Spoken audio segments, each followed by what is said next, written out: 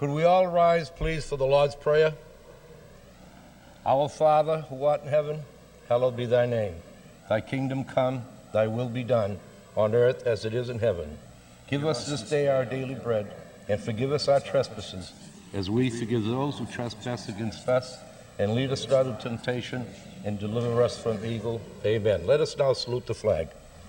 I pledge allegiance to the flag of the United States of America and to the republic for which it stands, one nation, under God, indivisible, with liberty and justice for all. Roll call, please. Councilor Milanazzo. Here. Councilor Broderick. Here. Councilor Caulfield. Here. Councilor Donahue. Here. Councilor Elliott. Here. Councilor Howe. Here. Councilor Martin. Here. Mayor Armin Mercier. Here. Councilor Rita Mercier. Here. The chair recognizes City Councilor Bud Caulfield. Thank you very much, Mr. Mayor. I request for my colleagues a moment of silence with darkened chambers for Irene Lyman Longton Picard, loving and devoted wife, mother, grandmother, and great-grandmother, mother of Anne Marie Page, President of the Centerville Neighborhood Action Committee. Thank you. Let us stand in a moment of silence in darkened chambers.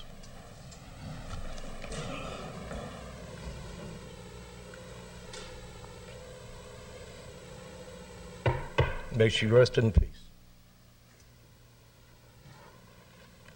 Motion by Councilor Rita Mercer, second by Councilor Martin. Do we accept the minutes of the last meeting? Any questions, deletions? Hearing none, all in favor say aye. Opposed? The minutes are accepted. If you'll allow me the opportunity tonight to kind of deviate a little bit, we have a heavy agenda. We have a very important item to take up, and that is to hear from Councilor Mayor Howe, and we're waiting for a certain individual who asked if we would delay certain things. So let me run this agenda the way I think it should be, okay?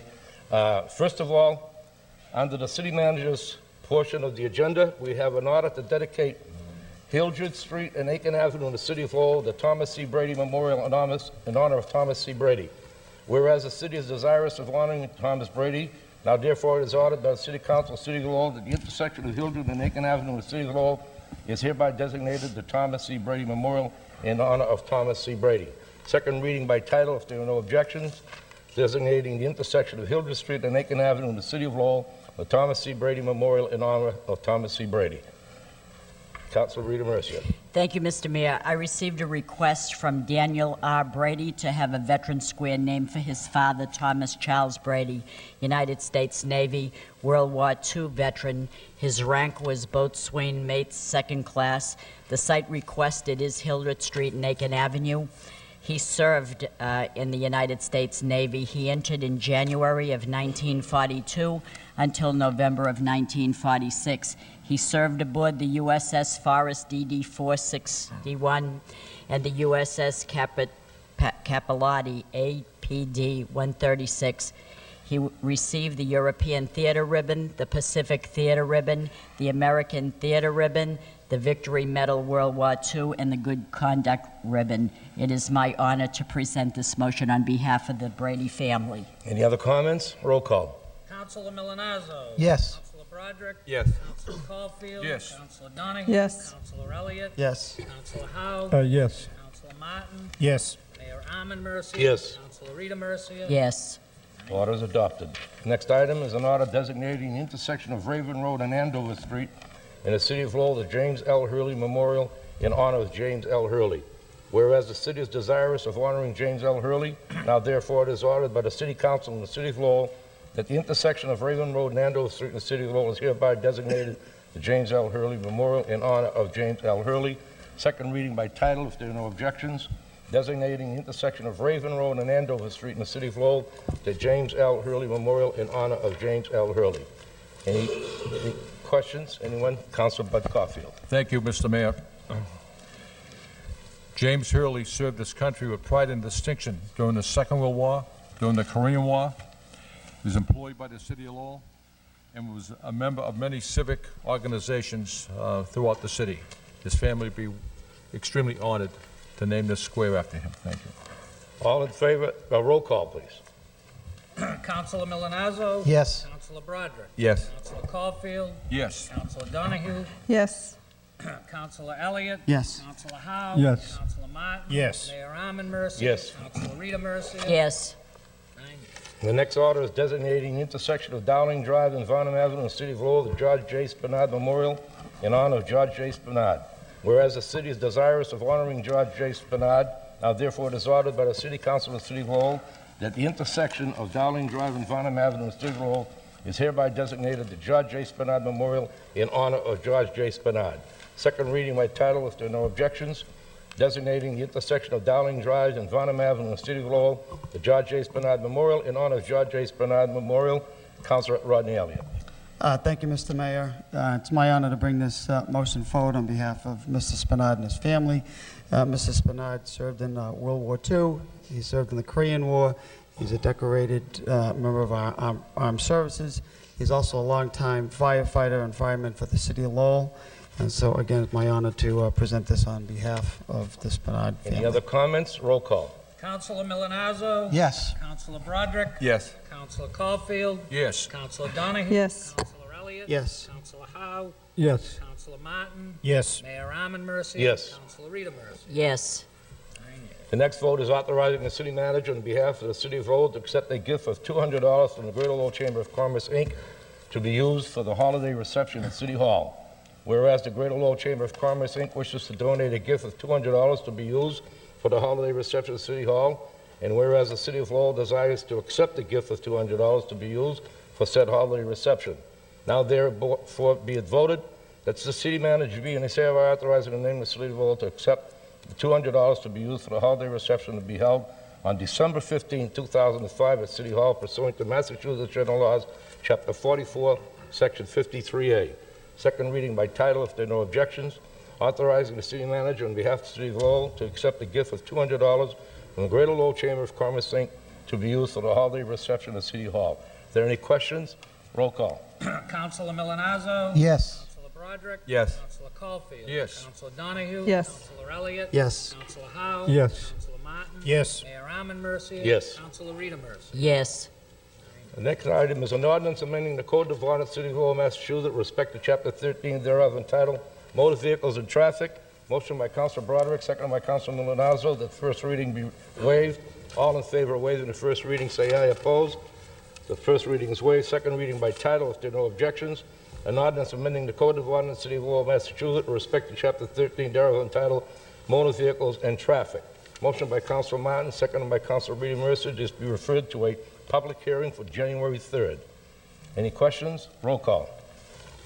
Councilor Milonazo. Yes. Councilor Broderick. Yes. Councilor Caulfield. Yes. Councilor Donahue. Yes. Councilor Elliott. Yes. Councilor Howe. Yes. Councilor Martin. Yes. Mayor Armin Mercia. Yes. Councilor Rita Mercia. Yes. The next item is an order of taking for the JAM plan.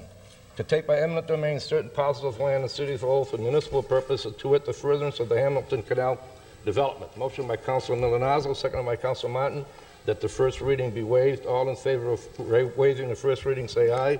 Opposed, the first reading is waived. Second reading by title, if there are no objections. It's an order to take eminent domain certain parcels of land in the city of Lowell for municipal purpose, to wit, in the furtherance of the Hamilton Canal development. Does anyone have any questions? Mr. Mayor. Yes, Councilor Eileen Donahue. Thank you. I'd like to make a motion to send this to the Economic Development Subcommittee. We have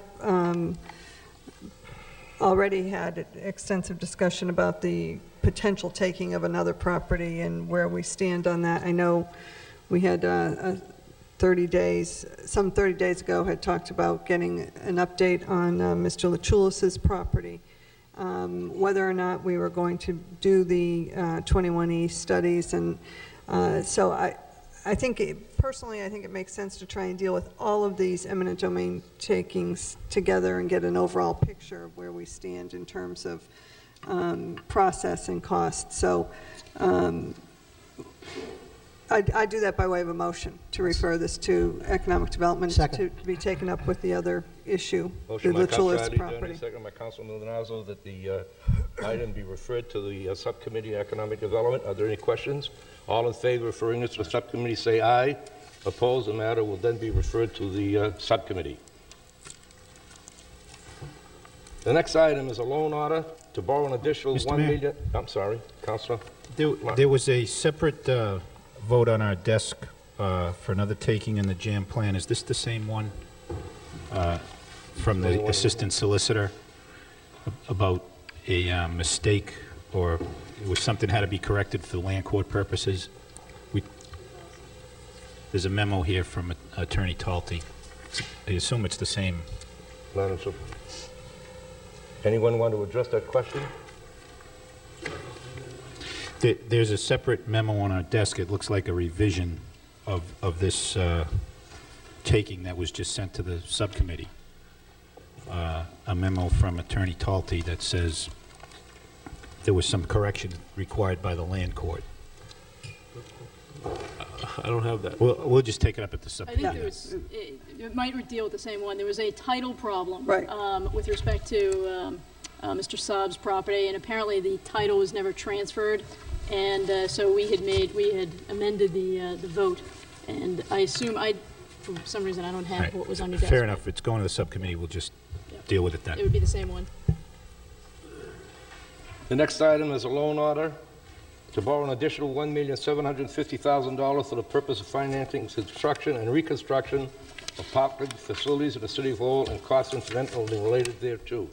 Motion by Councilor Martin, second by Councilor Rita Mercy, that the first reading be waived. All in favor of waiving the first reading, say aye. Opposed? First reading is waived. Second reading by title, if there are no objection, is to borrow an additional $1,750,000 for the purpose of financing construction and reconstruction of public parking facility in the city of Lowell and costs incidental and related thereto. Motion by Councilor Eileen Donohue, second by Councilor Caulfield. This matter be referred to a public hearing scheduled for January 3rd. All in favor of referring this to a public hearing January 3rd, say aye. Opposed? The matter is referred to a public hearing. Bear with me, we're still waiting for one individual who would like to address the council regarding Councilor Howard. I don't see him in the audience. Is Mr. Penny-Jatakis back there? Someone sees him when you send him into the chambers? Thank you. The next item in City Council, to raise and appropriate the following portion of the 2005-2006 tax levy appropriation. Be it voted by the City Council of the City of Lowell as follows: to raise and appropriate the following 2000-2006 tax levy appropriation. Water, electricity, $500,000. Public Works, street lighting, $125,000. Messenger, electricity, $200,000.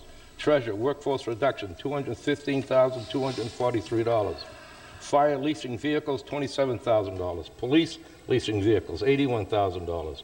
Cemetery salaries and wages overtime, $7,500. Cemetery leasing vehicles, $15,000. Cemetery salary and wages temporary, $10,000. Law, claims, police, and fire retired, $175,000. The law, claims, police, and fire active, $135,000. The law department workman's compensation, $75,000, for an amount of $1,565,743 to provide funds for items underfunded in the fiscal year budget 2006. Order recommended, introduced by City Manager John Cox. Second reading by title, if there are no objections, to raise and appropriate the following portion of the 2005-2006 tax levy appropriation as enumerated in the first reading for a total of $1,565,743. Questions from the councils? Councilor Martin. Thank you, Mr. Mayor. I noticed further down on the agenda, there is I think, a rescission from the tax levy. Is that correct? The $850,000 item? Yes. So is this a net effect of $650,000, not a net effect of $1.5 million? I guess that's my question. No, Councilor, the net effect is 1.5. It is. The 850 is from within department. It's existing money transferred around. The 1.5 would be new monies as enumerated on the vote. Okay, so if this is, I guess my follow-up question then is, what's the impact of this in the average tax bill? Well, we're obviously going to get. We have the vote to adopt the minimum residential factor, the public hearing. What we do as you know, every December we set the tax rate based upon the recent revaluations. the tax rate will actually come down from 1018 per thousand to 999 per thousand. Residential. Commercial will come down from 2020 per thousand to 1974 per thousand. However, on an average home in Lowell, which this year is about $260,000, the average tax bill would increase about $108. 108? 108 per year. Councilor Rodney Elliott? Thank you, Mr. Mayor. I do understand that we had a reduction in free cash this year, Mr. Manager, but I am concerned that I looked in the water department budget, and I understand utility costs are going up, but this would essentially double the utility costs at the water department, and that seems excessive if we're looking for an additional $500,000. Right. FY04 was 575, and then FY05 is 587. That just, and I think we all know that utilities are going to increase, but it's going to double. I mean, an additional $500,000. That seems a lot. And I guess I'd go to the wastewater treatment plant. There doesn't seem to be that dramatic of an increase, and they both run on a lot of electricity, a lot of pumping, a lot of work on the pumps. Can you explain that? I can share your frustration. I can certainly try to explain it, Councilor. Apparently, there's been a failure with the frequency modulator at the water plant. This is one of the first projects completed in the $14 million bond. It's been completed. It's been stabilized. However, when we had the failure, because of the electricity rate, the amount of electricity it uses, we ran into a deficit here. We've worked with the various companies. We have received a $60,000 rebate this past week in the energy efficiency program we're working with.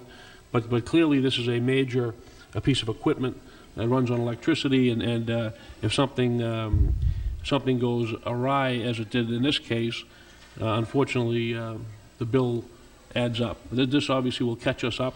We had a bit of a deficit going in anyways because of the higher than anticipated energy costs. So the full $500,000 is not due to this frequency modulator. However, as I said, it's a very expensive piece of machinery to run, and with the increase in energy costs, this will get us caught up. We were running behind, and as I say, we're working with the various companies involved. We did receive a $60,000 rebate this week on the energy efficiency, but it was expensive until we got that cleared up. I understand. Okay, thank you, Mr. Manager. Can you explain the 215 for workforce reduction? My assumption is that it wasn't going to cost, but it was going to save us money in the long run, and this is just one of other costs in the budget. I'm sorry. When we put the budget together in June, as you may recall, we merged two line items into one to try to make it make more sense out of it, I guess. When we did the actual calculations after that, we were short on the money that we put in there. So I think it is saving us, money in the long run. However, these are issues that need to be addressed, as well as I still think that there is some money in here from the one that happened like 10 years ago. Is that right, Jimmy? The early out then. So. Okay, well, I won't belabor the issue, Mr. Manager. I'm not going to support this additional levy increase, and for the reason being, in July we did set a budget, and I did ask you at that time, based on the figures in the revenue, if it was a budget that wasn't going to raise taxes, and I understand the free cash came up short, but you have your job to do, and I have my job to do, and I work for the people, and I work for the people that put me here, and I have heard them loud and clear, not only last year, but throughout the campaign and this year, that they don't want to see the taxes go up. I know nobody wants to see their taxes go up, but those that did experience the $700 to $800 increase last year were concerned, and and I think we needed to tighten our belt. We knew some time ago that, free cash was coming in. We knew that we were going to have to tighten our belt. And I do recall back at the budget time saying, have we built in, escalating factors for electricity and fuel, and which leads me probably to one more question. Oil and natural gas. Natural gas, what is, I don't see any increases or transfers for natural gas, and that's another concern because of the projections of that. It's, we're looking at sharp increases as well for these types of costs. If I may, Council, I mean, this increase, this decrease in the tax rate and increase in tax bills that we're talking about comes not only from this appropriation, but also from, I think you remember back in June when we did the budget, there was $2 million in school funding that was approved. There has been about $2 million, a little less than that, in snow and ice deficit that we have to pay for. Obviously, we don't build that into any budget. So I really think that what we've been able to do here is and as you point out, the $4 million in free cash, which has not yet been certified, but we've talked to the state, and they've been here for several weeks, and we expect that to happen.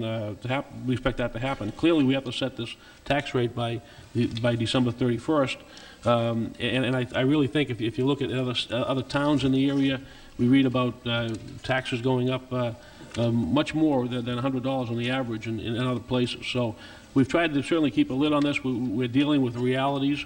We're dealing with deficits. We had a huge winter last winter when we overspent the snow and ice budget by $1.9 million. We have to make that up somehow. And when we don't have the numbers in free cash that people hoped we would have last June, then certainly that there's only so many places to go. So I mean, I understand, we would all like to have not to be able to bring this thing in lower, but I think in the final analysis, this is something that that meets certainly the needs of the city. Well, I don't discount, Mr. Manager. We had a large snowfall last year. I guess I would like to see the list of, or I would have liked to have seen the list of revenues that we incorporate into. And I say revenue. I know what our local aid figure is, and I know what our levy figure is. The amount that the property owners, the taxpayers, are going to pay. What about our local receipts? Did those come in, less than projected? Those came in about a little less than projected, not much, but we also did take your advice and take some of the money, about $3 million, I believe, of the surplus that was in that account to help offset where we are today. So clearly, we thought that was the reasonable thing to do, and that's what was able to keep the increase down to what it is. And I did hear you when you say, the rate is coming down. It's coming down from, a certain dollar figure to what it is now. But that is, somewhat misleading, because on the flip side, valuation, property values have gone up. Correct. The bottom line to the people is, what is my tax bill going, how is it going to be affected? And going up 108, I understand other communities, it's not going up that much, but again, we're not other communities, and I think that we need to live within our means, and I think we need to continue to do it. I guess what I also was concerned is what's going to happen next year. We have, some areas of the budget, we have double-digit increases, and we're not getting double-digit increases from the city.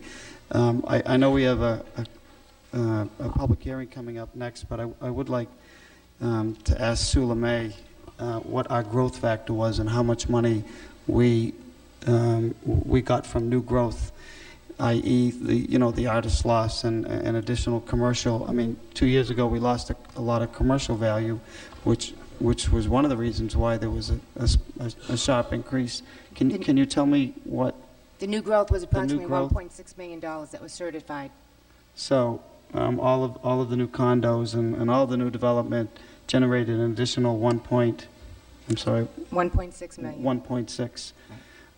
So, Mr. Manager, where did we have our shortfalls you know, if we received additional, and again, this goes back to revenue, this is why I'm asking the questions. Where was our shortfall if we set a budget in July that was a level funded budget, including there was a levy increase. So, and this levy increase is above and beyond it. The shortfalls, Councilor, because in the budget in July, I mean, we pointed out that the budget that was voted on basically had a $2.2 million deficit. So that's $2.2 million on the schools, $1.9 million snow and ice, approximately $1.6 million in the basically the energy cost that you have before you, and then we have the $1 million deficit on free cash.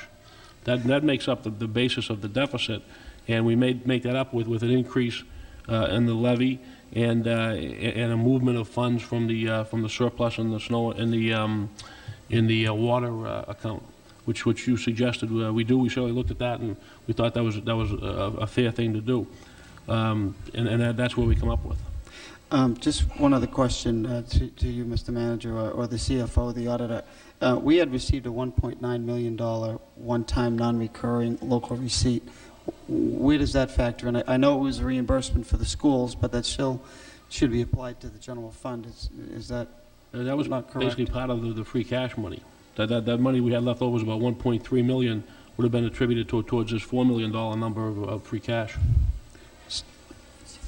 Okay. Well, I've made my point, Okay. and those are my concerns. If there are no objections, why don't we make a motion to delay action on this maybe in the next 20 or 30 minutes so we can proceed what I think is very, very important this evening, and that is about Councilor Howe. Motion by Councilor Elliott, second by Councilor Martin, that we delay action on this until a later time this evening, and that'll include everybody else who has questions regarding this. All in favor of delaying, say aye. Opposed? We will delay.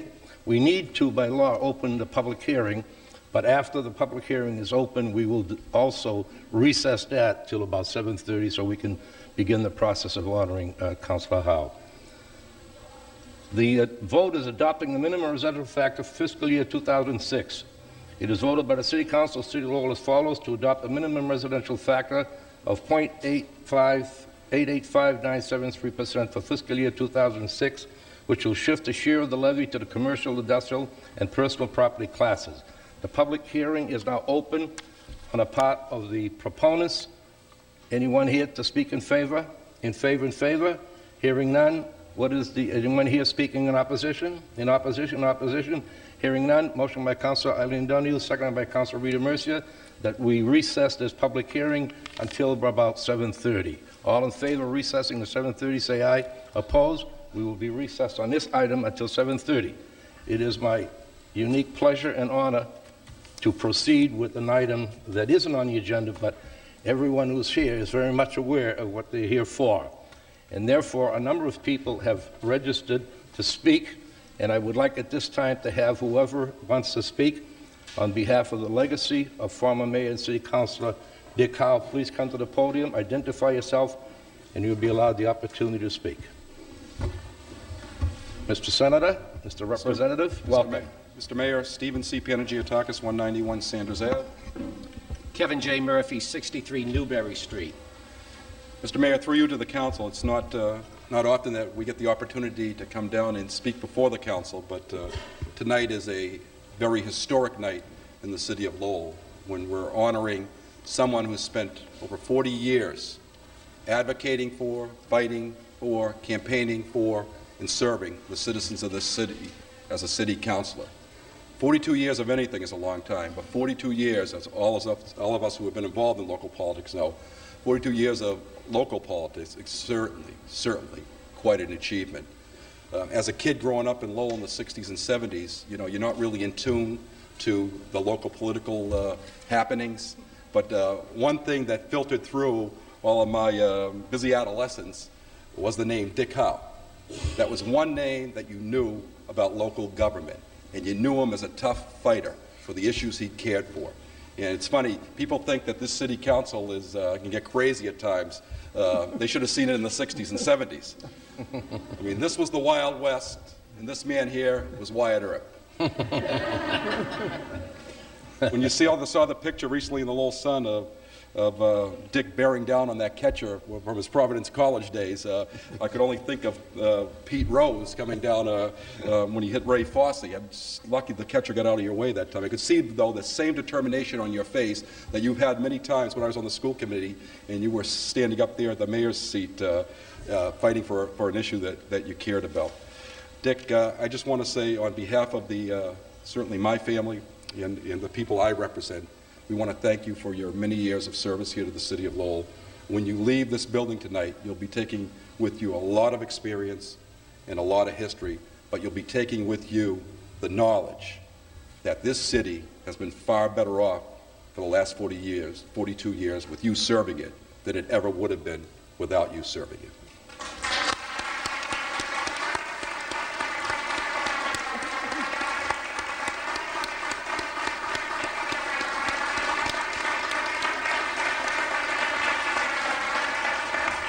It's my honor to bring the best wishes of the House delegation, Tom Golden, Dave Nangle, and myself this evening. You know, people can talk about your political experience, and I know they all will, and I just think after 40 years, all the constituent services that you have done for the citizens of Lowell have been just incredible, and that's probably the most important function that a politician can provide to their constituents, especially on the local level as a city councilor, as yourself. But you know, equally as important as being a politician, Dick Howe has been probably, other than myself, one of the best lawyers in the city of Lowell. I had the pleasure of co-chairing a trial with him one day, or actually it lasted probably over a week, and he had a direct examination of a police officer. And in the legal parlance, it was proving the chain of custody for a blood sample. And probably 95% of the lawyers in Lowell could never, ever do what Dick Howe did that day. And I sat in amazement and watched him prove that chain of custody. And I turned to his daughter, who was trying the case with us at that time, and I said, you know, I just wish that this direct examination had been filmed, because it is the finest seminar that any lawyer could ever see in how to practice law. So not only have you been a great advocate as a city councilor for the citizens of Lowell, but equally as a lawyer advocating for the downtrodden, for those who are dispossessed, for those who have no voice. You have been a great person in the city of Lowell, and I commend you tremendously for it. Thank you very much. Thank you.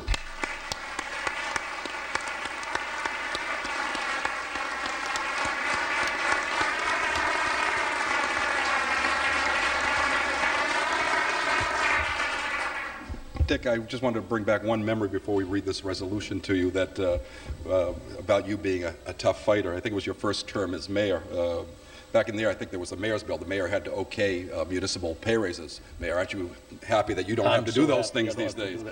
But I guess Dick was being very reluctant, and there was a crowd gathered out in the steps, about 70, 80 municipal employees throwing rocks up at the mayor's window. And rather than taking a back door or a side door out of the building, he came right through down the front stairs and right through the crowd. And I think that is a testament and an example of your toughness and the way you stood by the issues that you believed in. And I think the crowd parted. Yes, they did. Yes, they did. On behalf of the Massachusetts General Court, this resolution was passed both by the Senate and the House on Monday, and it's congratulating Richard P. Howe on the occasion of his retirement. Whereas Richard P. Howe was born in the city of Lowell on December 30th, 1932, and whereas Richard P. Howe served on active duty in the United States Army in 1955 and 1955 and 1956, and whereas Richard P. Howe served as a civilian agent in the Office of Naval Intelligence in 1963, and whereas Richard P. Howe taught law and government at Billerica High School and Lowell High School, and whereas Richard P. Howe has been a lawyer since 1963 and earned the Greater Lowell Bar Association's Lawyer of the Year Award in 1993 and again in 2004, and the Massachusetts Bar Association's Community Service Award in 1996, and Whereas, beginning in 1965, Richard P. Howe was elected to 20 consecutive two-year terms of the City Council, receiving more than 200,000 votes from the City of Lowell, and whereas Richard P. Howe served 4 terms as mayor of Lowell, including from 1970 to 1971, 1988 to 1989, 1990 to 1991, and 1994 to 1995, And whereas Richard P. Howe, as mayor in 1988, negotiated the settlement of a segregation lawsuit against the city that prevented a federal takeover of Lowell schools and led to the construction of 14 new schools with 90% state funding. And whereas while mayor, Richard P. Howe steered the city of Lowell through the most important economic development projects in the last half-century, including the renovation of the Bon Marché building, the financial resurgence of the former Wang Towers, and the construction of the Saugus Arena and the Lasher Park. And whereas Richard P. Howe promised the voters when he first ran for office that he would always speak out on the issues, and through 40 years of service, he kept that promise. Now, therefore, be it resolved that the Massachusetts General Court hereby commends Richard P. Howe on his distinguished service to his country and his 40 years of outstanding public service to the city of Lowell, and further congratulates him on the occasion of his well-deserved retirement. And be it further resolved that a copy of these resolutions be transmitted forthwith by the clerk of the Senate and the House of Representatives to Richard P. Howe. Signed by the President of the Senate, the Speaker of the House, Representatives Golden, Murphy, Nangle, and myself. Congratulations.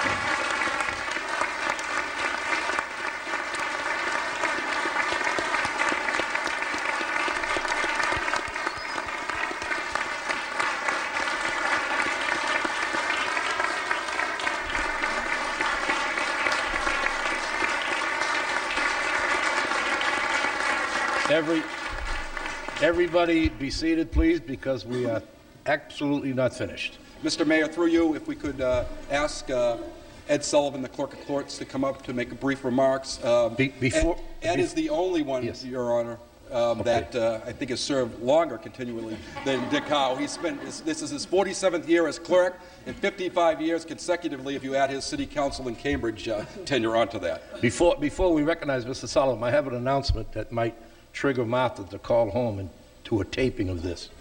I've been informed that Congressman Meehan will be speaking this evening sometimes after 7:30 p.m. on the House floor to honor Richard Howe. This is covered on C-SPAN and Channel 44 locally. If you are not aware of that, you might want to make a call and have it televised, because we're not going to be out of here by 7:30. Mr. Sullivan, it's such an honor to see you here again. Nice to see you, Mr. Mayor. Mr. Mayor, members of the council, Mr. Manager, it's a pleasure and an honor for me to stand here this evening to honor my friend. I have fond memories of this building.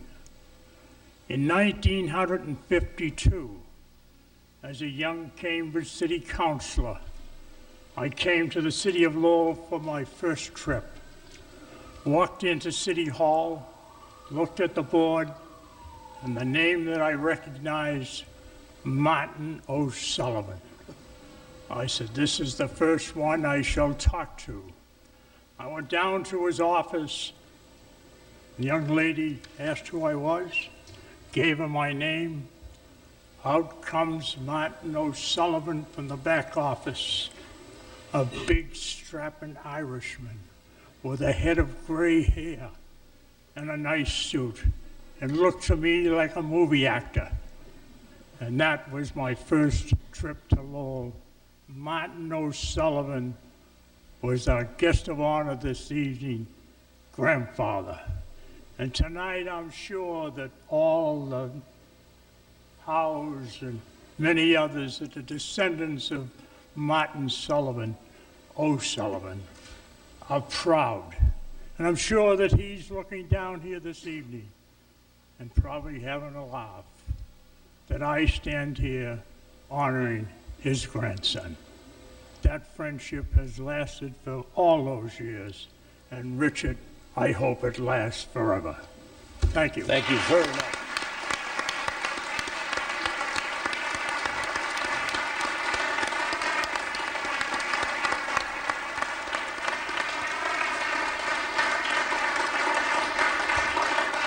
Anyone else wishing to address the council? Probably. Good evening. My name is Chris Natale. I'd like to thank the city manager, Mr. Mayor, and members of the city council to say a few words about City Councilor Richard Howe. I'm particularly fortunate to know Richard Howe in several separate and unique capacities.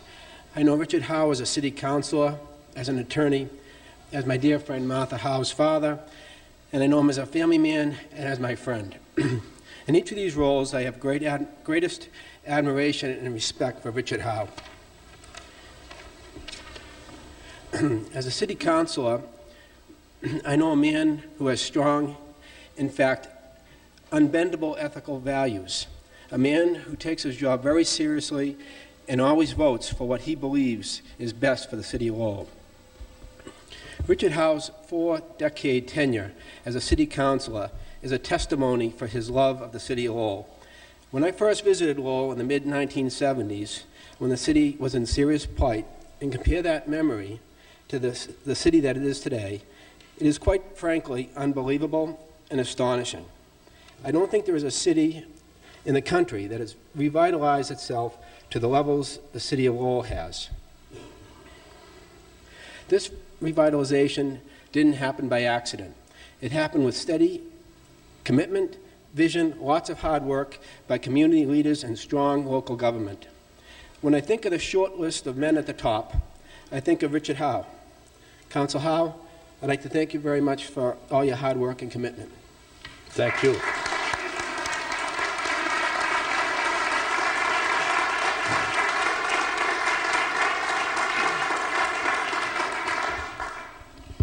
Mr. Mayor, Mr. Manager, members of the City Council, distinguished guests, and members of the Howe family. Considering Kevin Murphy's statements and Councilor Howe's adroitness at picking apart the cases of Lowell, some may find it funny that I'm here to speak in honor of Councilor Howe, former Mayor Howe, but I'm speaking to more important things than disagreements. I add my voice to the previous speakers who have spoken with great eloquence and truth of former Mayor and City Councilor Richard Howe. 40 years ago, Richard Howe was elected to this distinguished council. It's been said that an institution is the lengthening shadow of a man. That being true, mere longevity causes Councilor Howe's shadow to be long indeed over this community. More important than longevity, though, is the quality of the man who has accomplished this remarkable feat. I have been lucky to work with Councilor Howe during the past 10 years. I can attest that Councilor Howe is a man of integrity and courage. These attributes drive his reputation as a gatekeeper of the public trust. He is a politician who stands for no special interest group, but he is a man elected by the people, who is truly for the people. In this rough and tumble political world, Richard Howe survived and thrived. He has brought his military intelligence experience, his skills as a lawyer, his devotion to hard work, and his enormous commitment to his faith to this august hall, and made us all the better for it. I have not agreed with every vote that Councilor Howe has made, but I have never doubted his commitment to our community or his devotion to the common man. Commitment to values always trumps compromise with Councilor Howe. I have learned that lesson from this great man. I thank him for it, and this fine community owes him a debt of gratitude. Thank you very much.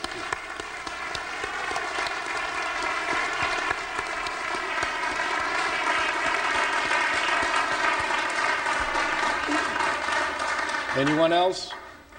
Could you do me a favor in honor of the Chambers and Mr. Howe by removing your cap? Actually, I had something planned, Okay. but that's okay. Who's speaking first, Tyler or you? All right, my name is Paul Johnson. I live at 793 Merrimack Street.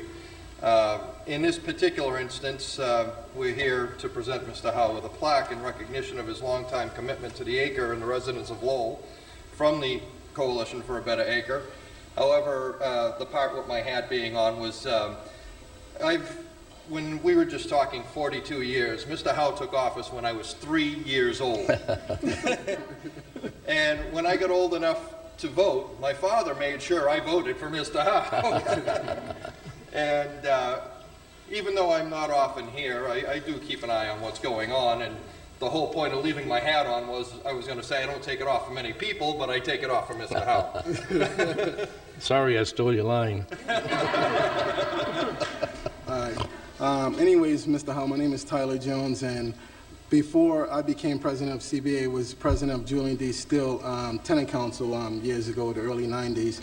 And someone told me, said, this council, you got to meet him. His name is Dick Howe, and say he's a strong council, and say he's for the people. And I said, I don't know many council people like that, any politicians like that. They said, trust me. Said that if you when you meet him and say you're president of Julian D. Still now, so you got to work hard, you got to be committed, and you know what I mean. And by watching you on the council and stuff, being committed, and I made myself committed as president of Julian D. Still. And trust me, I took the long road, the hard road, you know what I mean, protesting here, doing that, working hard for the people because the people put me there. And I'm pretty sure the people put you here, and you made a commitment to the people for 40 years. And I thank you for that backbone of making sure that people don't forget their communities and work hard, and who knows what it can be in 40 years. Thank you.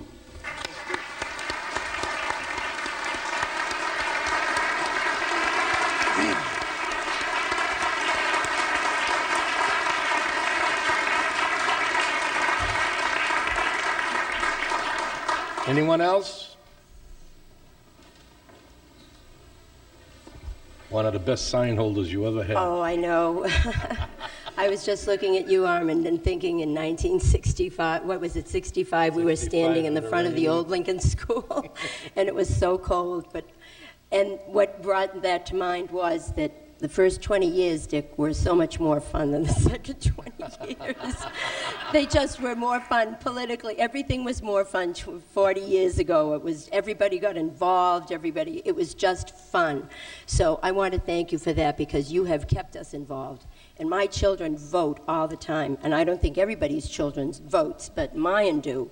And it was just, that was part of the upbringing and the commitment that we all made. So we've always been there, and we always will be. So thank you.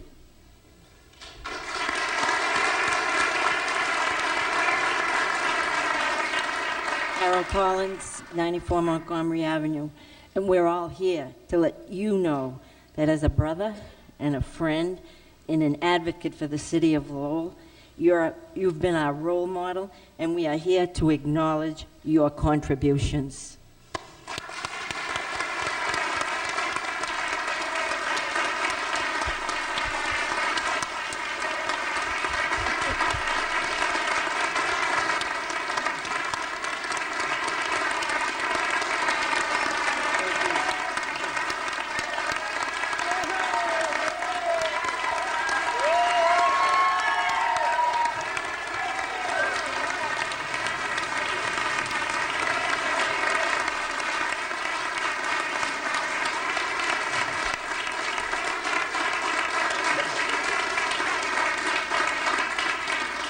Anyone else? I would like at this time, oh, I'm sorry. I'm the mayor, I'm the LeMay. I got to talk to my buddy. You see, this happens every council meeting. Everybody stands up for him. It's true. I remember. Well, it's a pleasure for me to be here, Dick, because I think I'm the senior guy who served with you more than anybody here. And we enjoyed it. We respected each other. And I've always, well, let me say this. We've only had, I think, one disagreement. I mean, you've had a few, but it's only been one. It happened, hold on. It happened July 12th, 1968, and it's still not over. No, but I'm only kidding. But, you know, we've always respected each other, and hey, naturally had a few disagreements. You know, I'm very proud to stand here and have you be here after all these years. I mean, it's a pleasure. You know, we went abroad once, overseas on a trip, Dick and his wife and a number of other people. Marianne, what did I say? A couple. And, you know, you'd think that Dick is, you know, he doesn't like to have a good time. You got to go overseas with him. I mean, this guy, oh, yeah. Now, I'm not saying we got to send him overseas now to have a good time, but I mean, hey, we had a tremendous time. We really did, and it was a wonderful thing. But you know, what he did was this. We were walking down, and this was in Germany, okay? We were walking down the street, and Bill Neary was with us, and all of a sudden, where's Dick? He's gone. I said, where the heck did he go? So we take a few steps back into this establishment, and there's Dick inside. He's talking to this German guy. And he says, I want a cabbage head. I want 3 pounds of corned beef. He says, I want a peck of potatoes. And I want... The guy says, he says, mine here. He says, you're an Irish boy from Massachusetts. Dick says, yeah. He says, how'd you know that? He says, because this is a hardware store. But anyway... But, you know, it's really... There goes the Irish vote for you, pal. That's okay. That's okay. I've always enjoyed it. But, hey, Dick, I just, you know, a lot of people have given you a little taffy here tonight. And a little taffy is always good now than a lot of epitaphy later. I congratulate you, and I tell you, I'm very, very proud of you. Still lasted like this. Thank you very much.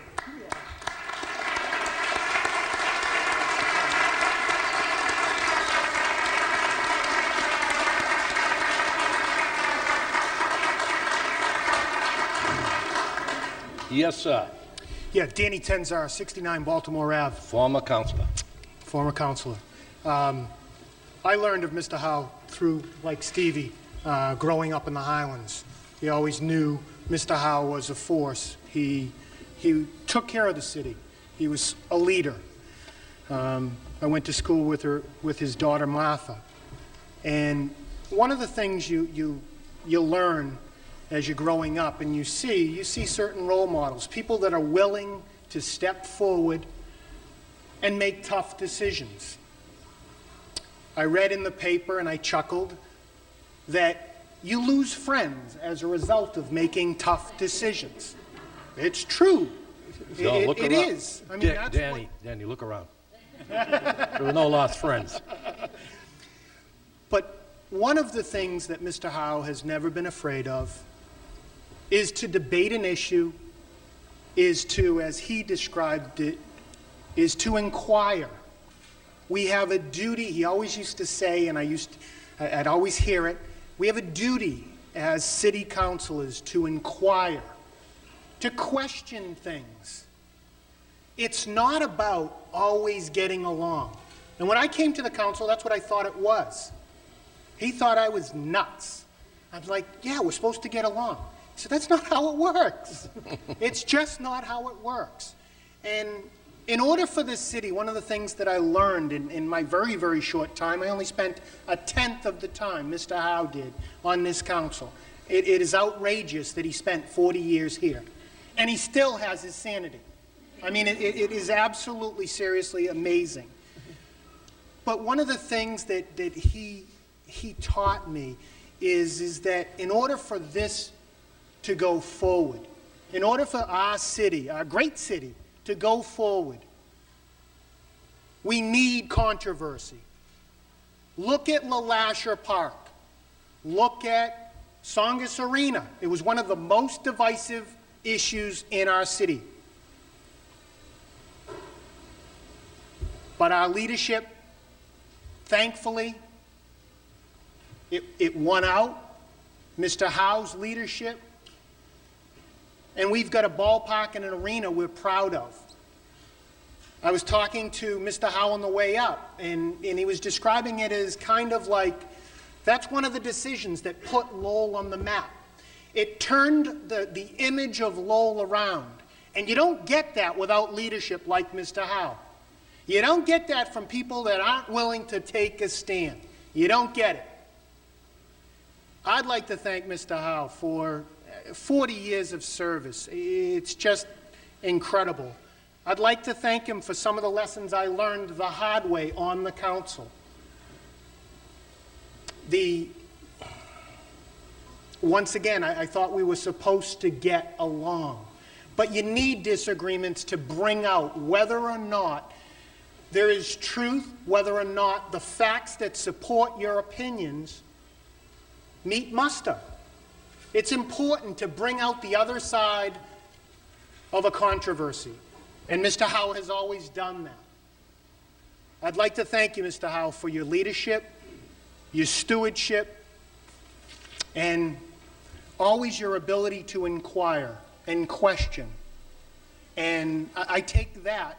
I think that's one of the lasting legacies that we as younger generations should take from this is that, one, we have a duty to serve, two, we have a duty to inquire, and as one of his sisters indicated, we also have a duty to vote.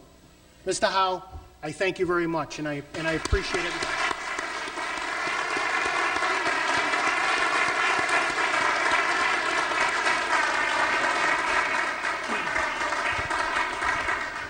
Mr. Mayor, Curtis LeMay. I just wanted to state a couple of things. I was here back in December of 1987, and although they didn't have cameras or we weren't doing a live remote, I was listening to accolades being said on my father's retirement. So I know how much of an honor it is for his family here this evening. I just wanted to go back. 1964, I was a student at the Pawtucket School on Mammoth Road, and my teacher was Paul Sheehy. And that was the year, my information serves me correct, that Dick Howe and my dad and a couple of people helped elect Paul Sheehy as a state representative. And it was the following year that Dick decided, I don't know if in part because of that or if his love of public service, that he decided to run. And my dad was the manager for Bob McGuire at the time. And although two different camps, I recall how great everyone worked together. And that's very important. And I was proud to serve, not as long as some others, but your 2 terms of mayor was very important. And I thought that desegregation, as far as you representing the city, was one of your best acts that would be hard to follow. And I was just proud to be there and serve with you as a colleague and as a friend, and I appreciate everything you've done. Thank you very much.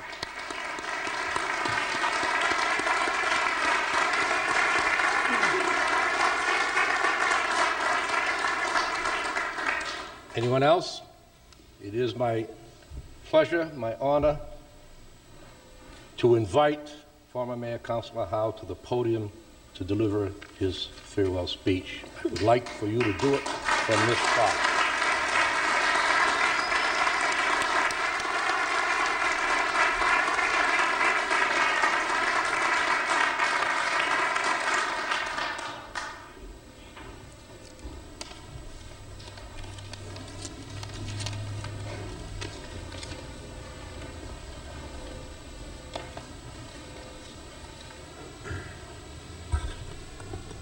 I usually do not get overwhelmed, but to some extent I must confess that I am tonight.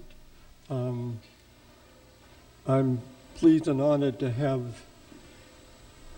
people from Cambridge, the clerk of courts, Ed Sullivan, his nephew, Michael Sullivan, who is the mayor of Cambridge, who is present here tonight, as well as Senator Panagiotakis and my good friend and fellow attorney, Kevin Murphy, who is no slouch when it comes to the trying of cases. And there are so many others that I would want to acknowledge, but due to the time restraints, I would like to limit my comments to those that have affected me over the many years. And I want to say that this evening constitutes the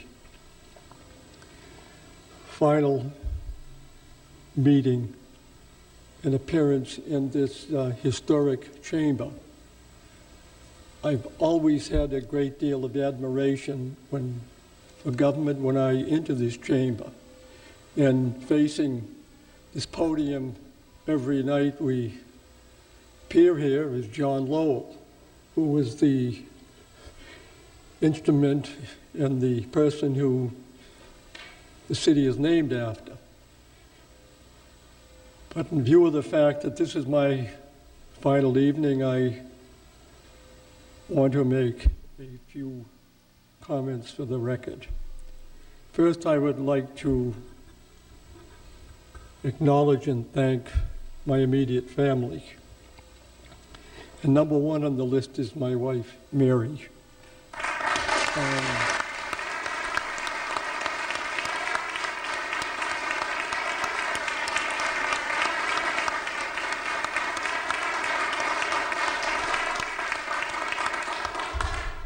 During the many years of political controversy and confrontations, she sustained her character and her support and her dignity. And I greatly appreciated that. I also want to acknowledge my oldest son, Richard Howe Jr., who is the Register of Deeds, his wife Roxanne, and his son Andrew. And I might add that Dick has also been intimately involved in the citywide parent organization. And they have a noble effort in doing whatever is possible in improving the quality of education in our city. I also want to acknowledge my son, Peter Howe, who was a civil engineer and who was a director in the engineering firm of Face Bartlett and Thorndike in Burlington, Massachusetts. I also want to recognize his wife, Roseanne, and their children, Peter Jr., Kimberly, Eric, Emily, and Rachel. And I finally want to recognize my daughter, Martha, who for the past 15 years has been associated with me in the practice of law and who is well versed in the field of politics. She does very well in that field, almost as well as she does in the legal profession. And I also want to acknowledge my two siblings, my sister Kathy Nevada, and my sister Carol Collins, who briefly made a statement here tonight. They have been with me constantly and repeatedly from the beginning, and I've always said that I'd much rather have them with me than against me.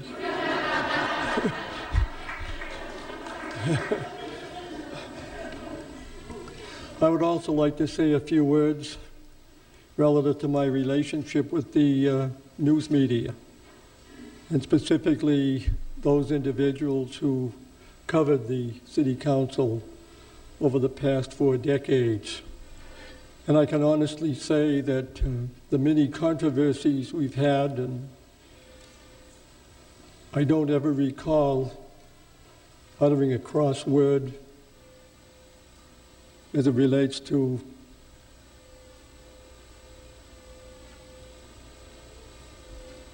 many of the members of the local newspaper. And I'm primarily referring to Frank Phillips, to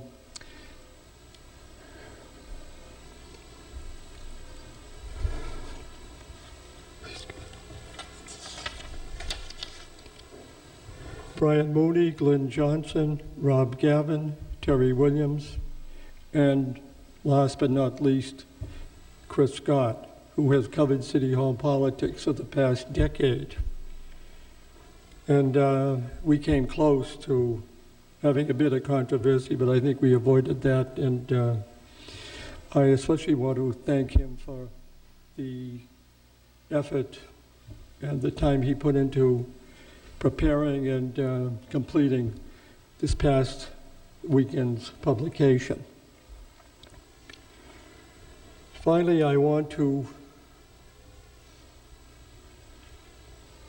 address the present generation and the past generation.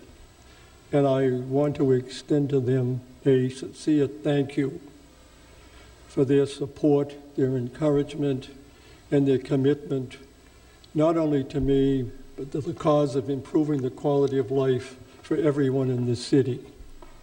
When I first ran for public office in 1965, I told the voters that I would speak out on the issues, that you may not agree with everything I had to say, but at least you would know where I stood on matters that affected each and every one of us. And I feel that I have kept my word. And I also feel that the government that we have in this city, the planning form of government, is the best form available because it's the form that gives us the most balance as far as power, responsibility is concerned. And I feel that in order for a city to continue to thrive, the public has to pay attention. We have to have more individuals, young members of our community, become involved in politics. When I ran for office in 1965, there was 55 people who were candidates for 9 seats on the city council. This past November, the city did not have, it was the 4th largest city in the state. It failed to have a sufficient number of candidates to complete a primary election. Therefore, it's incumbent on each one of us to tell the young members of our community that the political process is something that is enjoyable to participate in and to be part of. If you want to do it right, you have to take some hits. But by the same token, it's something that democracy requires. We have a government of the people and by the people. And too often, it becomes a government of the few people. And the way to avoid that is to have the public tuned in. Your public duty does not is not simply discharged when you cast a vote. You have to become involved in the affairs of government. You have to become aware of what's going on in your community and your state. And if you do that, government will thrive. And the average citizen and the communities will all benefit from it. And if I have no other message to leave you, it would be that we have to get people to run for public office, especially on the local level. It's obvious that there is a decline in any interest in this type of government. That has to change. And if it doesn't change, then the city and the state and the country will be in trouble, because everything starts on the local level. Local government's the training ground for democracy. Anyone and everyone who has a problem, the first stop is at the local representative, or the city councilor. Consequently, if we don't have a strong system on the local level, then we're not going to have a strong system on the state and the national level. In any event, I simply want to close my remarks by saying thank you very much for all that you've done for me over the past 40 years.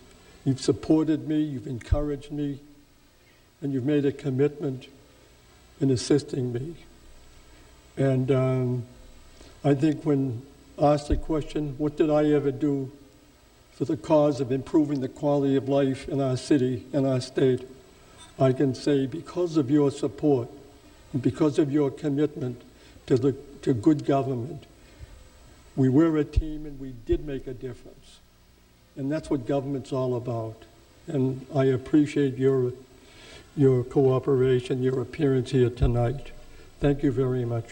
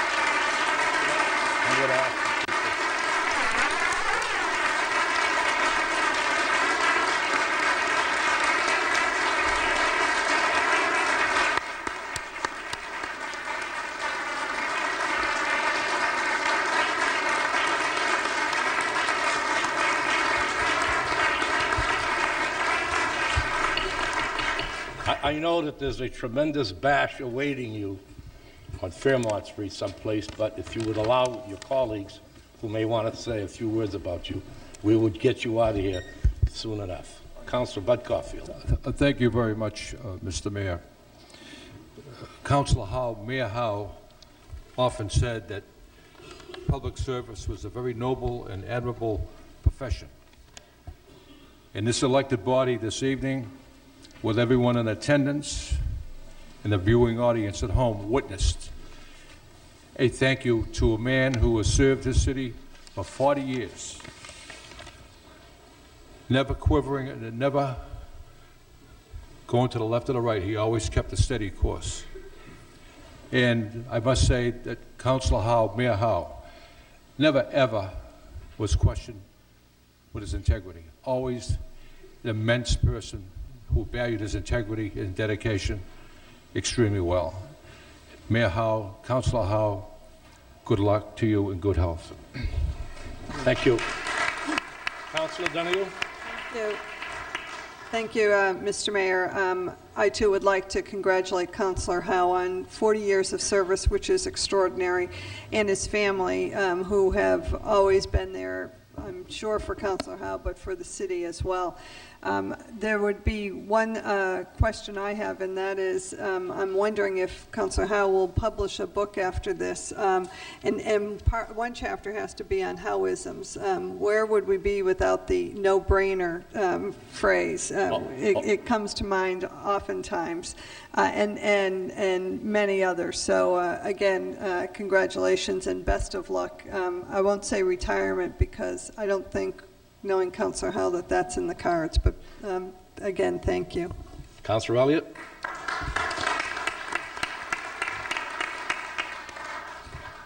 Thank you, Mr. Mayor.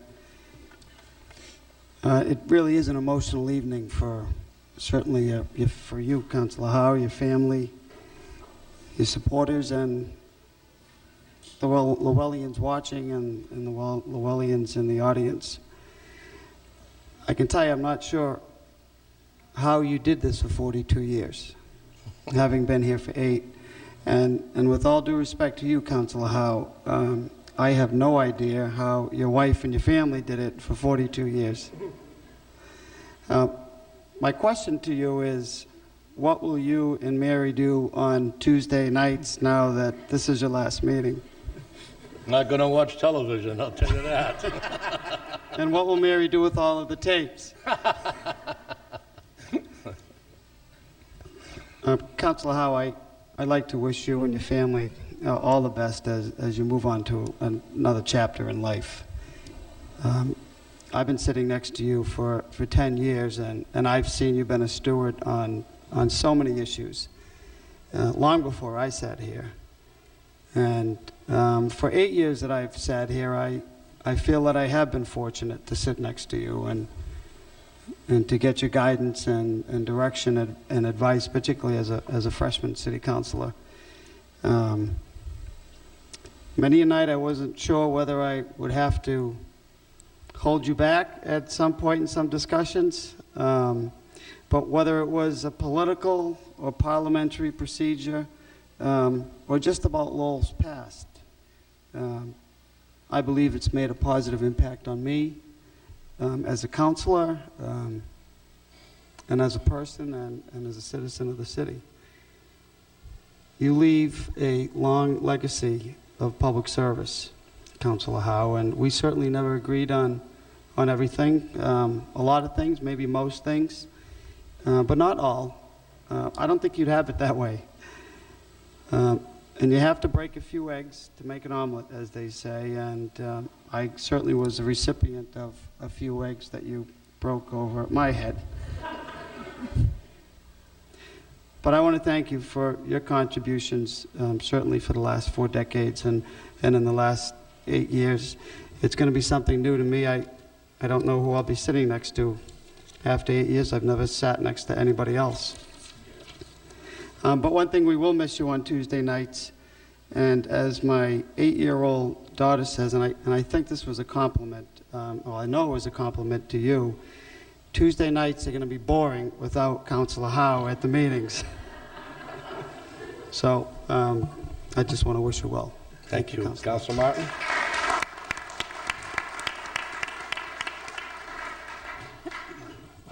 Thank you, Mr. Mayor. As I look around the chamber tonight, I think I've probably known Dick Howe for a lesser period of time than almost anyone else here, so I probably know him least well of most of the folks here tonight. But I would like to share just 2 memories I have. When I was a young lawyer, and I practiced in Boston for a number of years and first moved back to Lowell. And I don't even remember who my client was, but I think I was representing a bank or a title insurance company. It was an important transaction for the city of Lowell. We had a closing down in the Lowell Plan Conference Room, and adding up all the figures, and I believe Councilor Howe was there, was the mayor at the time, and it was an important transaction. We came up a couple $100 short at the closing, and Dick said to me, that's all that's holding this up at this point? And I said, yeah, people were on the phone trying to straighten it out. And walked upstairs to his law office, came back down with his own check for whatever the shortfall was. So if the city's a couple dollars ahead in the budget today, I think we owe it to Dick. I'm not sure he ever put in for reimbursement for it either. The second time I came across him was about 5 or 6 years later in a coffee shop down in Kearny Square, and I just happened to run into him by accident and told him I was thinking about running for council. And he encouraged me to run, much like he had spoke earlier tonight, which I always thought was odd. Here's a guy who's on the city council and, in essence, encouraging me to run against him. But I think both of those anecdotes speak to Councilor Howe, former Mayor Howe's commitment to the city. He wanted others to get involved. He wanted others to take up the cause and run for public office.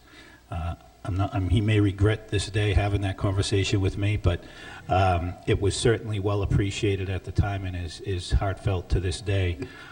You don't do things like that unless you care about the city you live in. And so those are 2 things that I'll always remember about Dick, and hope others learn those lessons as well, to get involved and to run for public office and at least give a portion of the service that he gave to the city. Thank you. Councilor Rita Murphy. Thank you, Mr. Mayor. It seems that I heard those words before, run for public office. We need new blood. And so 10 years ago, I threw my hat in the ring and took his advice. And I served aside of Councilor Howe, former Mayor Howe, for 10 years, and I have been honored to have been shoulder to shoulder with such a remarkable man. And I look upon these chambers as being very dignified, and many important events have taken place here. This event this evening is equal to all of those very special events when you look around and see friends and family and the pride of all the people that love Councilor Howe so very much. And I think about the family, and I look around and see their faces, and I know they're smiling on the outside, but I still see the tears. I see that this is a very moving experience and a moving day for the family, and I can understand that. I also want to say that I believe personally that the measure of a man, after all the years have passed, is when he looks back and says, what have I given to this world? And in Councillor Howe's case, he can be happy to know that I feel he's given a remarkable family, and that of his children, along with Mary, have produced a wonderful family. That's the legacy of a man. Not to mention the fact that he has put in 40 years of dedicated public service. Not an easy thing for 2 years for one term, but to do it for 40 years, and the phone calls and the complaints about the snow and the potholes and the this and the that, and to be an attorney on top of it and hear it from another end, it's remarkable. And I truly respect you, Mr. Howe, Councillor Howe. I hope you feel the same about me. I certainly feel that way about you. Congratulations, and I wish you the very best. And Mary, you've been the rock of that family, and I really respect you too. Thank you very much. Congratulations. Thank you.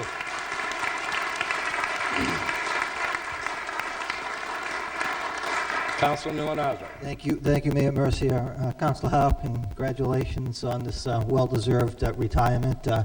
I only wish that I had a longer time to serve with you. I'm just finishing up my second term. But for those of you that don't know, I actually started working for the city back in 1978 in the planning department. So my time with Councilor Howe, former Mayor Howe, goes back over 27 years, having spent time in the planning office and also with the Lowell Plan and the Lowell Development and Financial Corporation.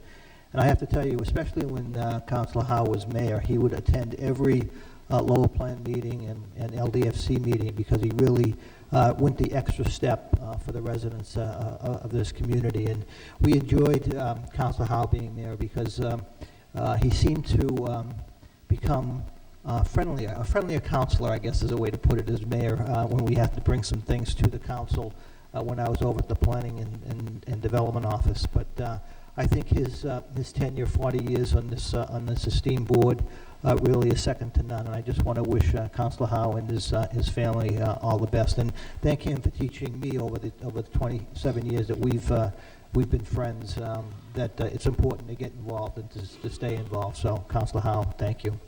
Thank you. Councilor Broderick. Well, Councilor Howe, I've only been here a real short time, but you've been here since before I was born, so I likewise know Mr. Howe from growing up in the Highlands area and his family, and all I can say, it's a great testament to your family, the hard work coming through a campaign. I know that they must have put in over the last 40 years, and the hard work that you've put in. It's great. It's a great way for you to finish up. I congratulate you and thank you for your years of service. And hopefully, I know you won't be watching the meetings, but hopefully I can call upon your vast experience as one of the new guys to pick your brain over the next few years. Thank you very much for your service. Thank you.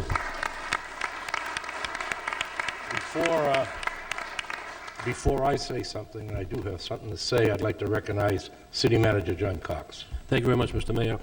Councilor, although we have not agreed from time to time over the years, I want you to know how much I congratulate your service to the city. I want you to know how much I congratulate your family's commitment to the city. And I want you to know that I truly wish you and your family nothing but the best in your retirement. Congratulations on a very, very committed, dedicated career. Thank you. Thank you very much.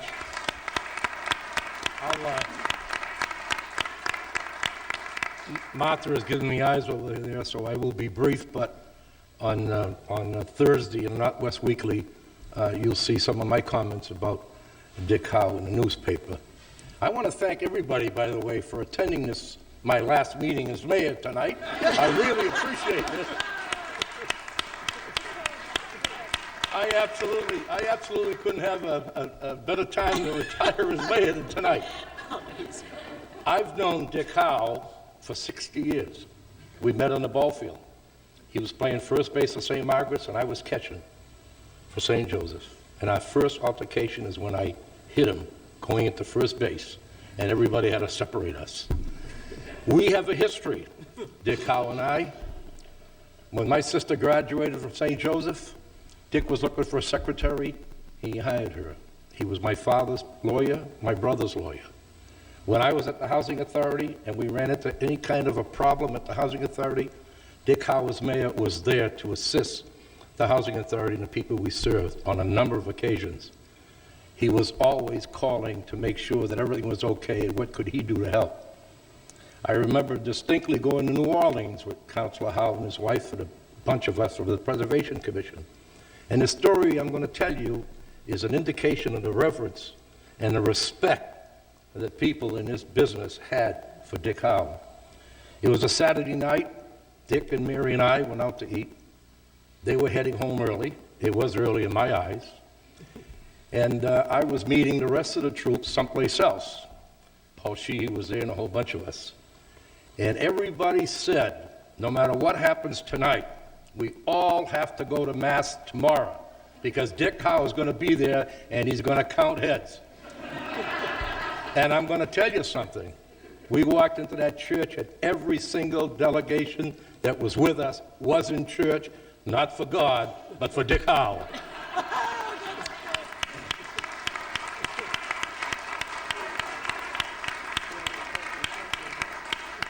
You have been an inspiration to a lot more people than you know, as attested to by the continuing getting reelected from year to year for the last 40 years. I have the utmost respect for your integrity and your honesty. No matter what happened with Dick Howe on the council floor, no one had ever questioned his honesty, his integrity, and his love for the city and the people he served. I want to congratulate you and your family and wish you the very best.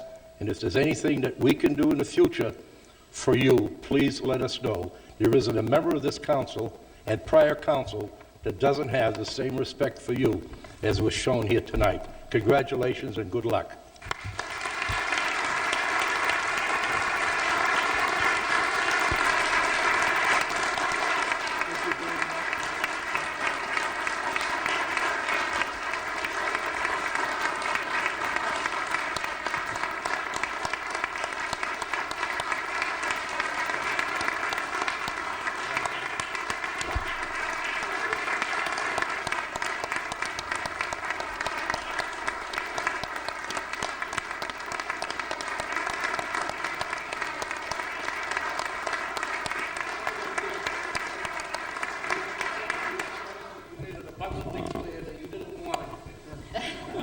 But I've got something to give you on behalf of the City Council that I'm sure you'll be very happy to receive, and I would like for you to unveil it tonight, show the audience and your family what we've presented to you on behalf of a grateful council and an administration.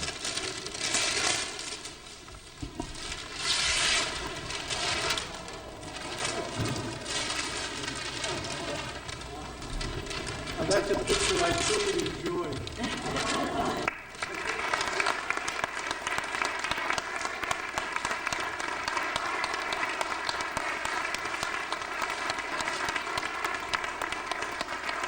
You look good. That's you and Mary sitting right there in those box seats. Congratulations.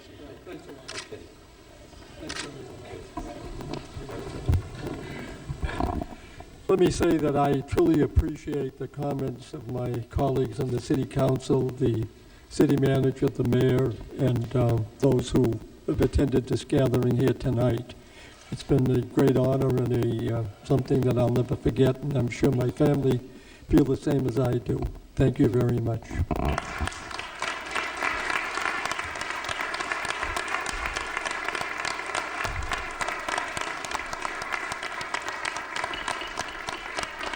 Councilor Howe, you are excused. Thank you. You will not be making the motion to adjourn this evening. Have a great time. It was a pleasant journey serving with you. We'll have about a 3-minute recess while everyone who's here heads out to Fairmont Street, I think.